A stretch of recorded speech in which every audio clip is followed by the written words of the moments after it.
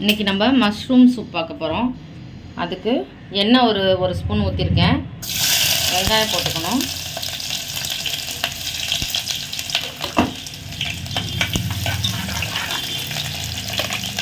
அது கூட நான் ஒரு 1/4 ஸ்பூன் இஞ்சி பூண்டு பேஸ்ட்டு போடுறேன்.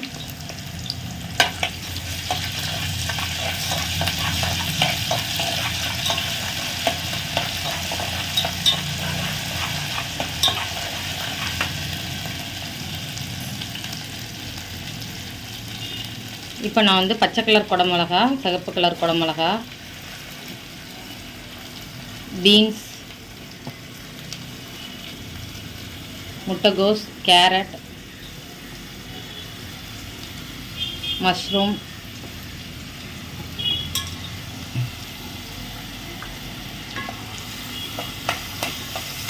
இது எல்லாத்தையும் நம்ம வந்து இந்த எண்ணெயில் வந்து அப்படியே லைட்டாக வந்து வதக்கி விடணும்.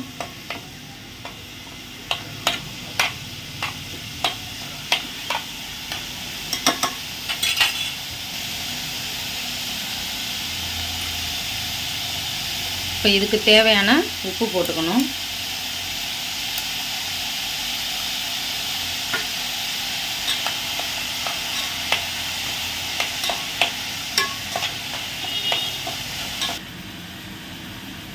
இப்போ நான் வந்து கார்ன்ஃப்ளவர் மாவு வந்து ஒரு 3 ஸ்பூன் வந்து போட்டுக்கிறேன்.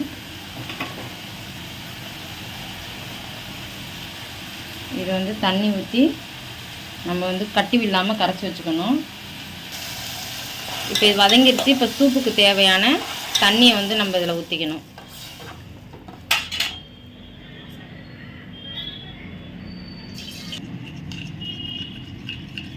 கார்ன்ஃப்ளவர் மாவு வந்து கட்டி இல்லாமல் அடியில் போய் தங்கும். நம்ம கட்டி இல்லாமல் இதை வந்து கரைச்சி வச்சுக்கணும்.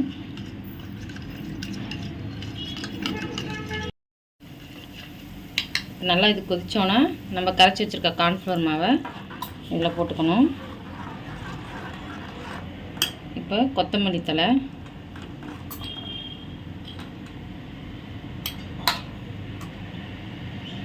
இது கூட பெப்பர் பொடி வந்து நம்ம இதில் போட்டுக்கணும்.